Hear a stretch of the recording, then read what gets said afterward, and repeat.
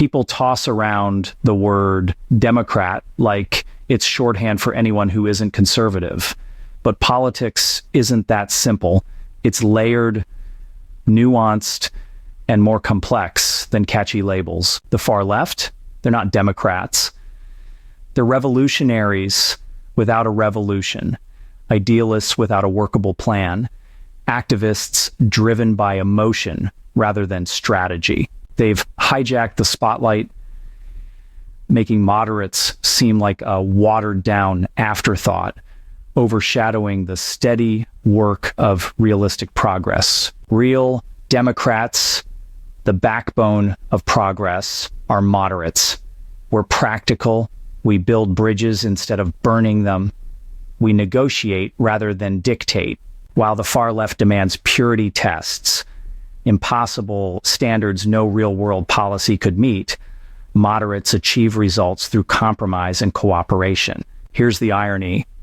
Extremists on both sides share more traits than differences. Both disdain nuance, prefer shouting matches to solutions, and both see compromise as betrayal. The far left wants radical upheaval. The far right seeks a nostalgic past that never existed.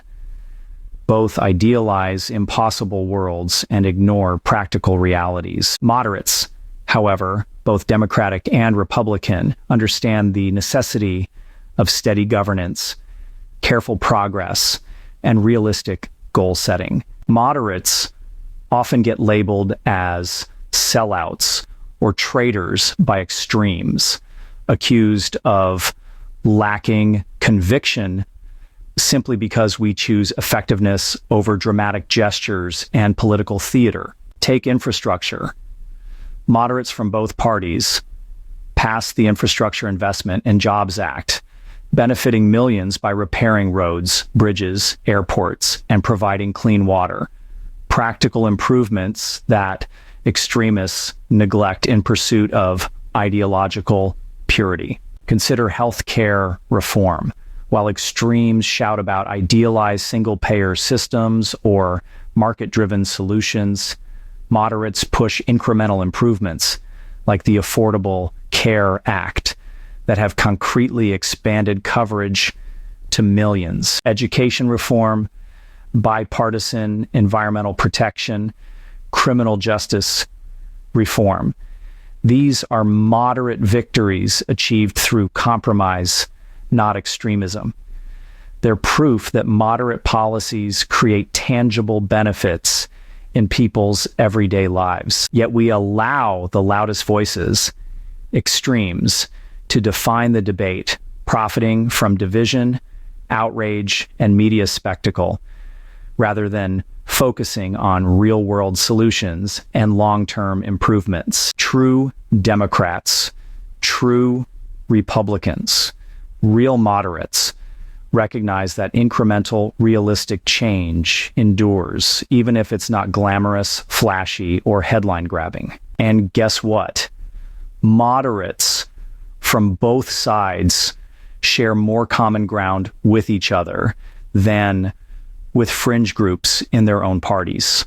Moderates from both sides often privately acknowledge shared values, pragmatism, stability, and functional governance. Rhinos and blue dogs, labels meant as insults, represent pragmatism, governance, and collaboration, proving that effectiveness outweighs ideological purity.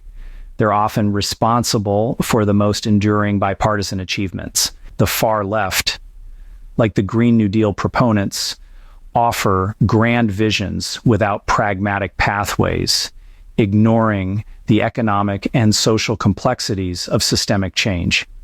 They underestimate the time, resources, and public acceptance required. Reality doesn't accommodate revolutionary leaps without immense disruption.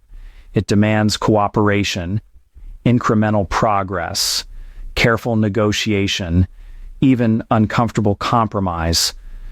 Radical change without foundation leads to instability. Moderates understand the gap between what's idealistic and what's realistically achievable. We know that lasting progress is made step by step through patience and persistence. So call me moderate, call me centrist, but don't call me a sellout.